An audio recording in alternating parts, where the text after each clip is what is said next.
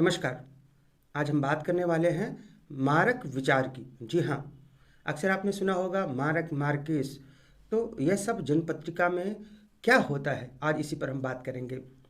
अब देखिए कि जन्म लग्न से 8वें भाव को आयु का स्थान कहते हैं। किसी भी जनपत्रिका में लग्न से जो अष्टम भाव है वह आयु का स्थान कहलाता है, और इस 8वें भाव से 8वां भाव अर्थात जन्म लग्न से तीसरा भाव, उसको भी आयु स्थान ही कहते हैं। आयु विचार में इन दोनों में मुख्यतः 8वें भाव को दी जाती है। इनके व्यय स्थान यानी 12वें स्थान को मारक स्थान कहते हैं। अब देखिए 8वां भाव और 8वें से 8वां तीसरा भाव, ये दोनों आयु स्थान हो गए हैं। अब इनसे 12वां स्थान इनका व्यय स्थान होगा। इनके व्यय स्थान अर्थात 12वें स्थान को मारक स्थान कहते हैं। आयु का व्यय खर्च हो जाना, व्यय का मतलब होता है खर्च हो जाना। तो आयु का व्यय अर्थात आयु का खर्च हो जाना, समाप्त हो जाना ही मृत्यु है। इसी कारण 8वें का व्यय स्थान 8वें से 12वां स्थान लग्न से सप्तम हुआ, तथा तृतीय से व्यय स्थान तृतीय से 12वां स्थान अर्थात लग्न से द्वितीय स्थान हुआ। ये दोनों स्थान लग्न से द्वितीय और सप्तम है। सप्तम स्थान प्रत्येक कुंडली में मारक स्थान होता है। इसी प्रकार द्वितीय स्थान भी मारक स्थान हुआ। मारक स्थान का स्वामी मारक होता है, अर्थात मारक स्थान का स्वामी मार्केस कहलाता है, अर्थात मारने वाला। मृत्यु सबसे अधिक कष्टदायक वस्तु है। उसकी अपेक्षा धननाश, माननाश, अप्रतिष्ठा, दीनता आदि कम कष्टदायी है। इस कारण प्रत्येक मारक की दशा जब भी आती है, तो प्रत्येक मारक की दशा में जब मारक की अंतर्दशा हो तब मृत्यु नहीं होती। ऐसा जरूर नहीं कि तब मृत्यु हो, किंतु विपत्ति, उलझन, कलह, रोग, मान का नाश मतलब सम्मान की हानि, धन का नाश आदि घटनाएं अपना फल अवश्य दिखाती हैं। ऊपर 2 आयु के स्थान हमने अभी बताए हैं। उन दोनों में चूंकि अष्टम तृतीय की अपेक्षा अधिक प्रबल है, अष्टम तृतीय की अपेक्षा प्रबल है, इसी कारण अष्टम से 12वां अर्थात लग्न से सप्तम, तृतीय से द्वादश अर्थात लग्न से द्वितीय की अपेक्षा विशेष बलवान है।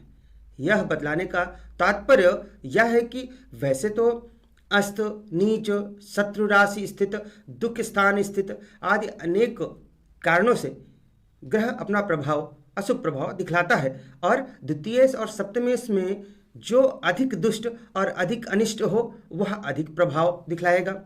किंतु यदि दोनों एक ही कक्षा के हैं तो उन दोनों में कौन विशेष मारक प्रभाव दिखाएगा, यह स्पष्ट करने के लिए बताया है कि द्वितीयेश की अपेक्षा सप्तमेश विशेष मारक होता है।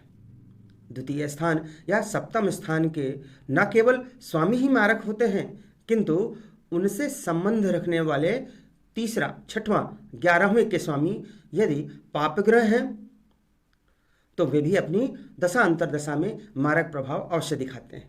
इसके अतिरिक्त यदि तीसरे, छठवें, 11वें के स्वामी पापग्रह होकर द्वितीय या सप्तम स्थान में बैठे हों तो भी मारक का सही प्रभाव दिखाएंगे। यहाँ 3 बातें बतलाई गई हैं। कौन कौन सी? प्रथम यानी पहली बात क्या है? द्वितीयेश और सप्तमेश का मारक होना। द्वितीय बात है द्वितीय और सप्तम स्थानों में स्थित पाप ग्रहों का मारक होना। तृतीय बिंदु है द्वितीयेश और सप्तमेश से संबंध रखने वाले पाप ग्रह का मारक होना। संबंध 4 प्रकार के होते हैं, यह अपने एक पहले की वीडियो में हमने बात कर चुके हैं। तो बहुत से विद्वानों का मत यह है कि पाप ग्रह द्वितीय और सप्तम के स्वामी के साथ हों तभी मारक प्रभाव दिखाते हैं। अन्य 3 प्रकार के जो ग्रहों के संबंध हैं उनमें मारक प्रभाव नहीं दिखाते हैं।